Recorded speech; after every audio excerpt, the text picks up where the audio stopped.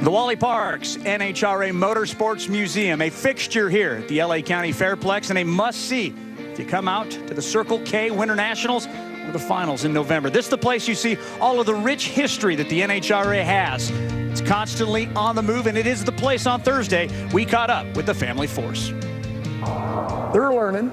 If you knew in the early days, just to find the racetrack and get their credentials was a full-time job. But now it's learning the race car, and they're doing a great job. I'm proud of both of them. Looking back on my rookie season and comparing it to where I am now, I feel like I've definitely come a long way. Just as a driver in the seat of the car, I feel much more comfortable, more confident in the car than where I was, a year ago. I mean, when I came out to Pomona last year, I was terrified. I was nervous. It was just, first time competing in a top fuel car. The girls held her own. Nothing spectacular. Qualified at all of the races but one. Hasn't won yet. Has won some rounds, but she's learning her trade. That's what it's all about. I wanted it so bad last year. I wanted to go after, bring that win home, for John Force Racing. And I want it just as bad this year, obviously. And my team, we're going to do everything we can to bring home the first top fuel win for John Force Racing. I'm still out there learning every time I make a pass in this funny car, and honestly, I'm really hard on myself as a driver. I critique myself on every run, whether it's qualifying or an elimination round, and I think that's what will make me better as a driver.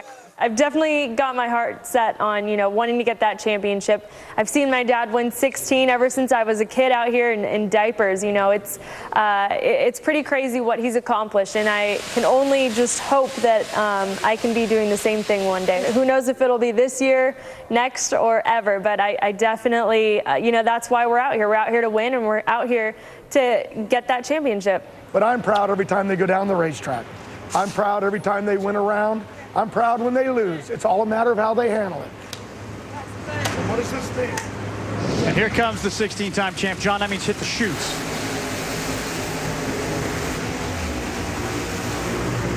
John Force will be in the right lane along with Paul Lee as we take a look at our funny car headlines as we enter the 2014 season. The top one of those set here on Friday when John Force goes 3:96.6. That's the new national elapsed time record.